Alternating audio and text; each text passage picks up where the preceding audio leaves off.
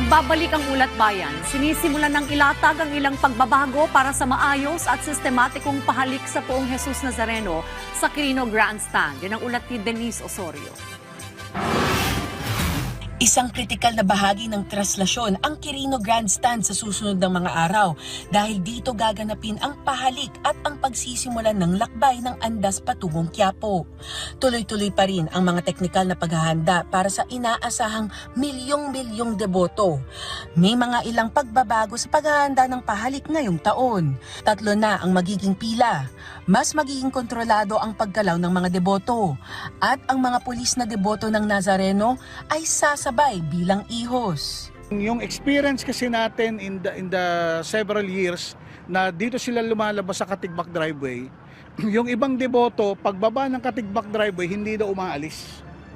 Naghihimpil na ron at sila actually yung sumasalubong sa ating andas pagkatapos. So yun yung ating ina-avoid. Dagdag ni Irasga, mas malinaw na ngayon ang entry at exit points at mas mahigpit ang pagpapatupad ng mga lugar o pwestuhan ng mga deboto para maiwasan ang biglaang pag-ipon ng mga tao sa mga posibleng choke points at para maiwasan ang kalituhan at pagkakaantala.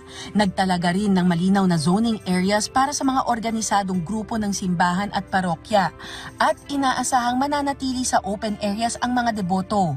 Pero ang pinakamalaking pagbabago ngayong taon, ang upgrade sa andas. Mas madali na itong itulak. 3 sa inyo pwedeng magtulak. Madaling imaniobra ng manibela. Dati, kung naalala ninyo, last year, nabalaho kami dun sa may isang portalet doon. Nung iniliko namin, dumire-diretso papuntang kabilang side naman, doon sa may, dito sa may Burnham Gym. Nahirapan kaming imaniobra. Ngayon, confident ho kami in a few minutes kaya ho nating maimaniobra ng maayos.